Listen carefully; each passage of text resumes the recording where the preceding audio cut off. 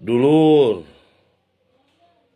tujuan rumah tangga teh al awalu ari anu kahijina nembongkeun ciri-ciri kekuasaan Allah. Wa min ayatihi an khalaqalakum min anfusikum azwaja litaskunu ilaiha wa ja'ala bainakum mawaddatan wa rahmah. Inna fi dzalika laayatil liqaumi yatafakkarun. Nembongkeun ciri-ciri kekuasaan Allah bahwa urang teh makhluk Allah anu paling sampurna. Tujuan rumah tangga wasani jeung ari anu kaduana omat ku anjeun niatan ibadah karena Allah. Lamun ku urang sadayana tos diniatan ibadah karena Allah, maka rumah tangga bakal kaayaan sakinah mawaddah warahmah. Justru rumah tangga anu panggede-gedena ganjaran. Kusabab naon?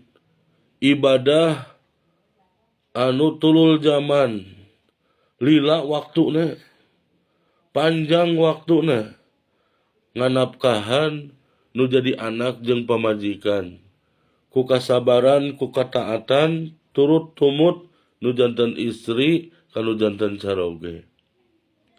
Makana ibadah anu paling besar ganjarana, nu paling gede ganjarana, lain salat, lain puasa, lain zakat, lain haji. Tapi rumah tangga anu dina kaayaan sakinah mawaddah warahmah. Sing kadaruat, sing nyaah ka anak turunan urang, sing kuat dina pelebah ekonomi, sing kuat bisi katimpah musibah, panyakit, eta teh godaan, cobaan ti Allah Subhanahu wa taala. Lamun urang kuat, insyaallah urang sadayana kaentupan ku rumah tangga anu sakinah mawaddah warahmah. Dulur, tujuan rumah tangga wasalisu jeung ari anu katiluna niat ngalaksanakeun sunnah Rasulullah sallallahu alaihi wasallam. An-nikahu sunnati pamarobika sunnati palaysa minni. Ari nikah teh sunnah kaula.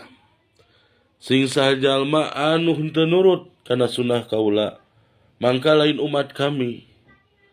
Jalma-jalma anu alim rumah tangga kacida bodona. Kacida bodona.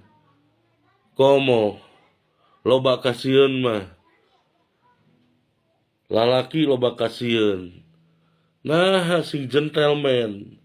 Sok niatan rumah tangga bakal ngocor nu ngaranna rizki, nu ngaranna rahmat, nu ngaranna magfirah, nu ngaranna barokah. Niatan ku anjeun bahwa tujuan rumah tangga teh ngalaksanakeun sunnah Rasulullah sallallahu alaihi wasallam.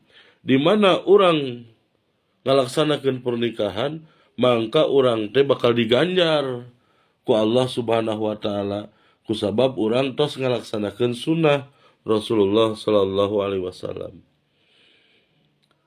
Anu masih keneh lalengo sok milarian jodoh anu soleh tur soleha. Ulah loba kasieun.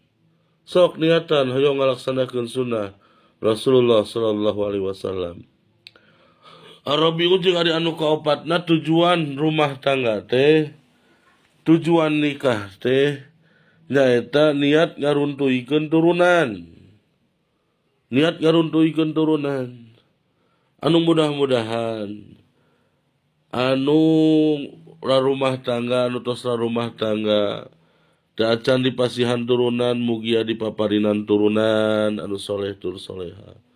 Atuh anu entos mugia turunanana sing soleh soleha anu taat ka Allah, taat ka ibu rama. Taeta tujuan nikah tujuan rumah tangga teh aya di anu kaopatna teh ngaruntuikeun turunan, ulah sieun ku loba anak, ulah sieun ku loba turunan. Allah nyiptakeun gemok tinangtu jeung siritna. Allah nyiptakeun patuangan tinangtu sareng rizkina. Nu penting urang ikhtiar, urang ngadoa henteu leupas la haula wala quwata illa billahil aliyil azim. Terus muntang ka Allah Subhanahu wa taala. Anu mudah-mudahan urang sadayana anu tos rumah tangga sing kaayaan sakinah mawaddah warahmah runtut raut dina rumah tanggana sing dipaparinan turunan anu soleh tur soleha oge dipaparinan rizki anu seueur halal manfaat barokah. Salila hirup di alam dunia lamun rumah tangga sakinah mawaddah warahmah berarti urang teh tos kaeunteupan saolah-olah hirup di surgana dunia. Surgana dunia teh nyaeta rumah tangga anu sakinah mawaddah warahmah. Lamun can sakinah mawaddah warahmah urang teh cicing dina jero atawa gigir neraka. Naudzubillah. Da urang geus darewasa bebenah rumah tangga, enak-enak rumah tangga, dua insan anu saling mencintai. Sok bebenah rumah tangga urang sarerea, sangkan urang sarerea aya dina surgana dunia. Mudah-mudahan urang sadayana selalu dilindungi diberkahi ku Allah Subhanahu wa taala. Hampura dulur, hampura.